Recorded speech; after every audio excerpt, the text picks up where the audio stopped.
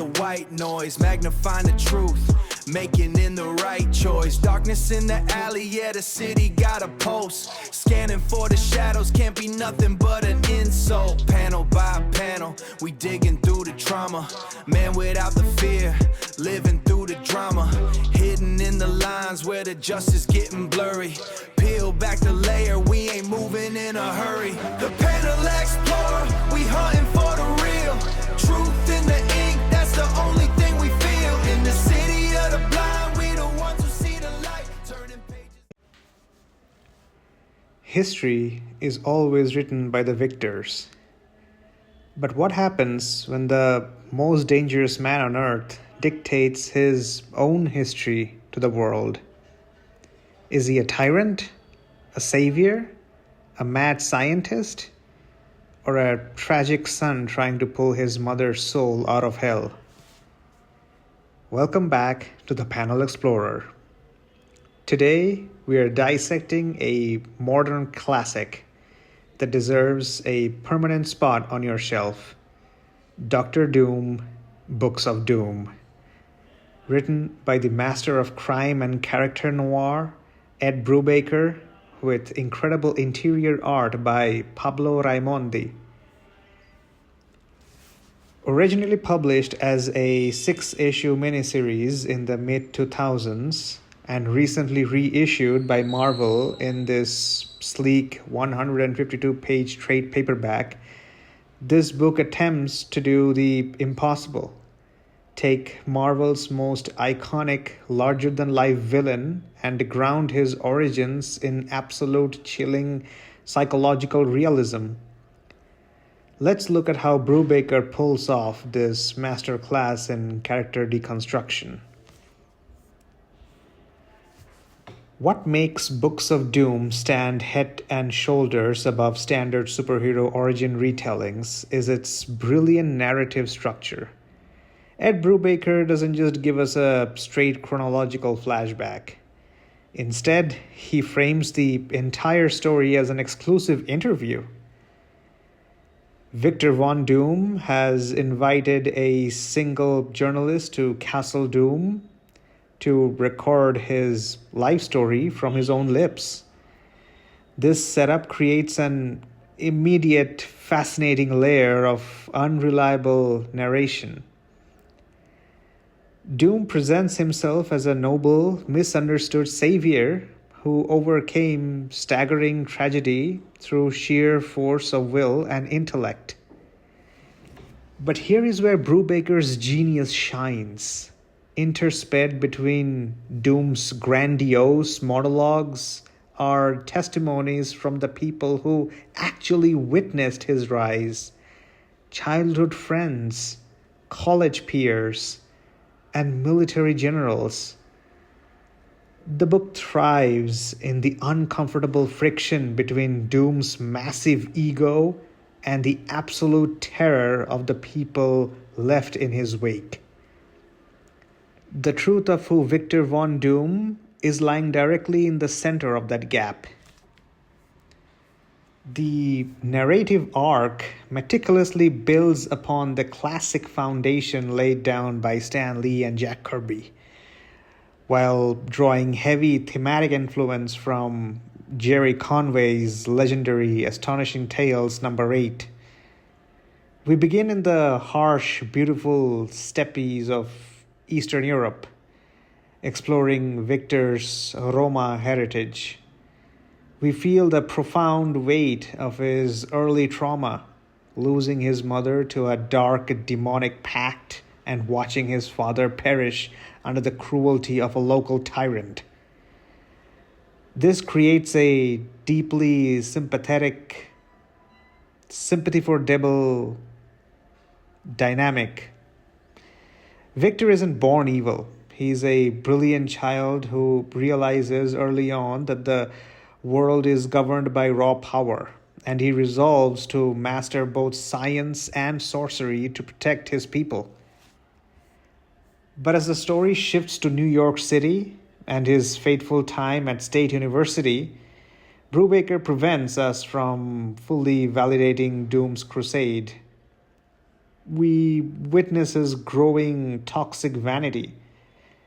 His legendary rivalry with Reed Richards isn't presented as a grand cosmic clash, but as a deeply personal, petty obsession. Doom's inability to accept his own mistakes leads to the catastrophic lab accident that scars his face. Brubaker shows us that Victor's greatest enemy isn't the Fantastic Four, it's his own unyielding pride. The final act, tracing his journey to a remote monastery in Tibet and his ultimate bloody coup to siege the throne of Latveria, feels like an inescapable operatic tragedy. Let's talk about the visual landscape of this book, because Pablo Raimondi's art is an absolute revelation here. Doom is a character who can easily slide into a campy Silver Age melodrama if not handled correctly. Raimondi completely avoids this by treating the material like an espionage thriller or a historical period piece, I would say. His line work is exceptionally clean, but it's drenched in heavy, moody shadows courtesy of a stellar inking team and colorist Brian Reber. Look at how Raimondi uses darkness to mask Victor's expressions, hinting at the moral decay beneath the handsome young exterior. When we finally see the armor, it doesn't look like a sleek, futuristic superhero suit. It looks like a heavy, industrial, archaic, and terrifying piece. It feels like a physical manifestation of a man sealing himself away from humanity.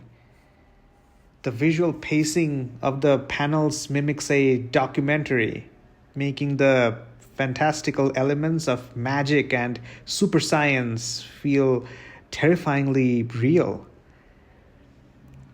For the collectors and shelf curators tuning in, let's break this down.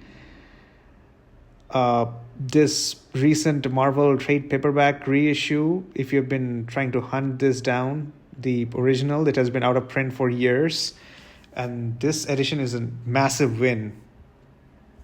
At 152 pages, it's a slim, fast, incredibly tight read.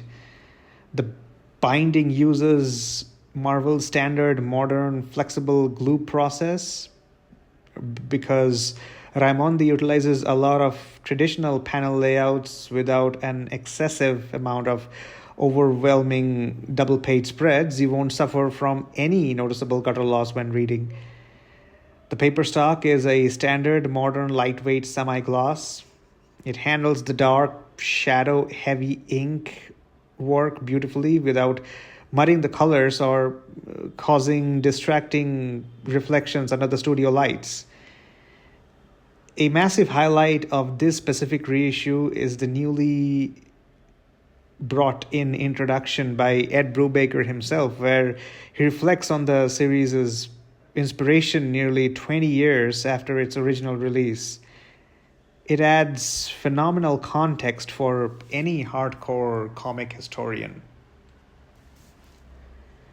Ultimately, Dr. Doom, Books of Doom remains the absolute gold standard for how to write a villain perspective piece.